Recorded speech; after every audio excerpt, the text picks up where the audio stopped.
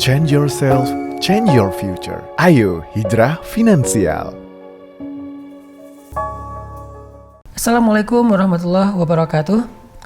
Alhamdulillah, pada hari ini saya pengen ngajak teman-teman untuk merenungkan atau dapetin booster supaya lebih semangat dalam beribadah.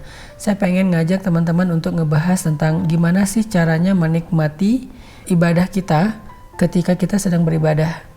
Kayak misalnya lagi sholat bisa khusyuk, lagi tilawah bisa sampai berderai air mata, karena kan ayat Al-Quran tentang nikmatnya tilawah itu kata Allah, wa idza tuliyat alaihim ayatur rahman kharru sujjadan wa bukiyya. Kalau dibacakan ayat-ayat Allah, mereka tersungkur, mereka sujud dan mereka menangis. Berarti dia menikmati bacaan atau apa yang dia dengar dari tilawah Al-Quran. Ini berarti dia kayak menikmati ibadah banget. Kalau lagi sholat, mereka alladzina hum fi sholatihim khashi'un. Orang yang sholatnya itu khashi'un. Selain khashi'un, dia di dalam sholatnya itu merasa seperti kata Nabi, ka'annaka tarah, seperti bertemu dengan Allah Subhanahu wa taala yang dia cintai.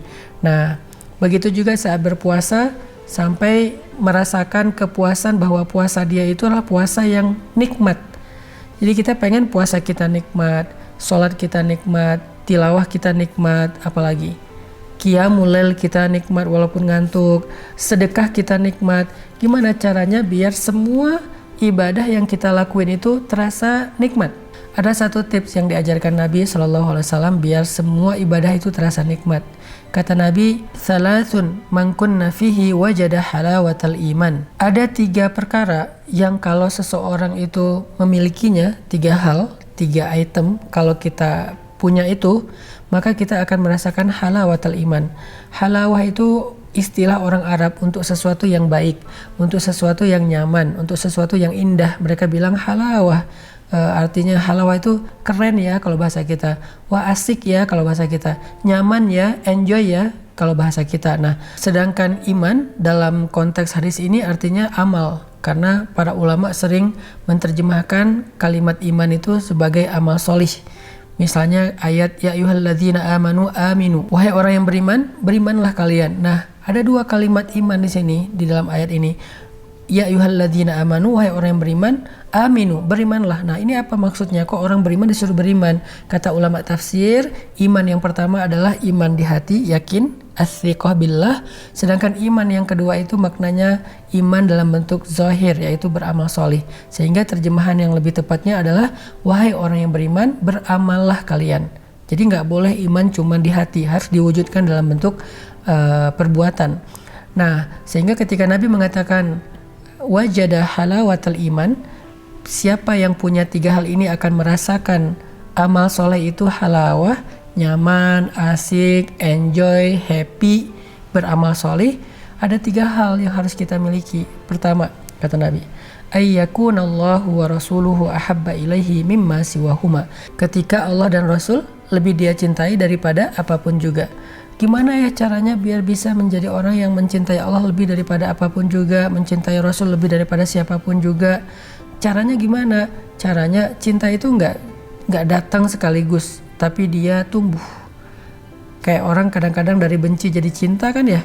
Yang awalnya kenal sebel banget, lama-lama karena interaksi, kemudian muncul tumbuh rasa simpatik, rasa respek, rasa kagum, sampai puncaknya rasa cinta. Begitu juga kita dengan Allah. Kalau pengen jadiin Allah yang paling kita cintai, kita harus membiarkan cinta itu tumbuh. Gimana cara menumbuhkan rasa cinta? Kalau dia diibaratkan cinta sebagai sebuah tanaman, maka tanaman itu butuh tanah yang baik untuk tumbuh dan butuh air yang menyiramnya agar dia tumbuh dengan subur. Tanah dan air. Tanahnya apa? Hati. Hati kita harus menjadi hati tempat tumbuhnya rasa cinta kepada Allah Subhanahu wa taala. Kalau hati kita kotor, seperti tanah yang banyak bakterinya, tanah yang enggak sehat, yang mungkin tandus, maka tanaman tidak akan tumbuh di situ. Walaupun disiram dengan air hujan, kalau tanahnya adalah tanah yang keras seperti batu, maka airnya hanya akan lewat doang, enggak akan nyerap dalam tanah. Begitu juga hati. Kalau hati kita keras, hati kita itu bebal, dan hati kita itu kotor, maka cinta gak akan tumbuh. Bersihkan hati kita dengan istighfar. Kedua, harus disiram Dan menyiramnya itu adalah dengan amal soleh, dengan zikir. Banyak-banyakin zikir aja. Sehingga semakin sering kita berzikir seperti tanaman yang sering disemprot dengan air atau disirami oleh air hujan. Sehingga akhirnya tumbuhlah rasa cinta kita kepada Allah dan Rasul dengan cinta yang besar, cinta yang luar biasa, melebihi daripada cinta kepada siapapun. Nah, jadi yang pertama kalau pengen ngerasain ibadah itu nikmat, maka belajarlah untuk mencintai Allah dan Rasul lebih daripada apapun juga. Cara menumbuhkan rasa cinta, milikilah hati yang sehat, yang bisa menyerap air, bukan hati yang keras dan hati yang berpenyakit. Kedua, siramilah tanaman cinta di dalam hati kita itu dengan zikrullah, dengan zikir-zikir kepada Allah Subhanahu wa taala, sehingga pada satu saat nanti zikir itu akan menjadi cinta yang berbunga di dalam hati kita. Itu yang pertama. Yang kedua, kata Nabi, supaya kita bisa enjoy dalam ibadah itu adalah kita harus ayyuhibbal mar'a la yuhibbu illa lillah. Kita harus mencari teman yang karena Allah. Arti teman yang karena Allah, kita berteman dengan dia karena kita pengen dapat nasihat yang baik dari dia. Kita berteman dengan dia karena dia itu contoh yang baik buat kita dalam kebaikan, dalam ibadah, dalam ketaatan. Sehingga kalau kita berteman dengan dia karena Allah, karena dia soleh, karena dia rajin ngaji, karena dia orangnya peduli, karena dia orangnya suka bantu orang lain, maka pasti kita juga jadi kebawa semangat. Makanya carilah lingkungan. Lingkungan ini bukan hanya teman yang dalam keseharian kita ya, bukan hanya tetangga, tapi juga lingkungan sosial media kita. Sehingga kalau misalnya kita cari teman karena dia adalah contoh yang baik buat kita dalam beribadah, jadi menyemangati kita dalam ketaatan, maka kita akan merasa ibadah kita tuh lebih enjoy, soalnya banyak yang ngedukung. Teman ini bukan hanya teman tetangga kita, bukan hanya geng kita, tapi juga sosial media. Kita nge-following siapa, mutual friend kita siapa aja, itu sangat mempengaruhi semangat kita dalam beribadah.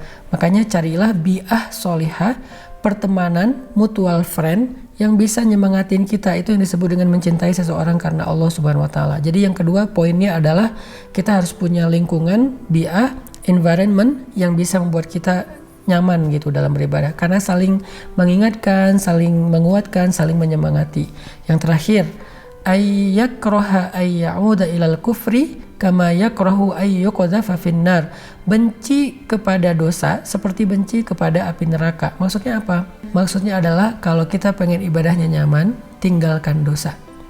Ingat kata ulama, min awwalil khair an tatrukas syarr. Awal dari kebaikan itu adalah tinggalkan dosa. Jadi kata Ali bin Abi Thalib radhiyallahu an, siapa yang menjaga pandangannya di siang hari, maka akan Allah berikan kenikmatan ibadahnya di malam hari. Jadi kalau mau nikmat ibadahnya, tinggalin dosa. Dosa mata, dosa lisan. Kayaknya nggak mungkin puasa kita nyaman, tapi lisan kita masih suka ngomongin orang lain. Nggak mungkin. Nggak mungkin tarawih kita nyaman kalau kita nggak bisa jagain pandangan dari apa yang kita lihat di sosial media. Makanya yang ketiga tipsnya dari Rasul, tinggalkan dosa. Mudah-mudahan dengan 3 tips dari Nabi ini kita bisa mendapatkan ibadah Ramadan kita yang enjoy, yang nyaman, yang happy, yang asik insya Allah. Barakallahu fikum.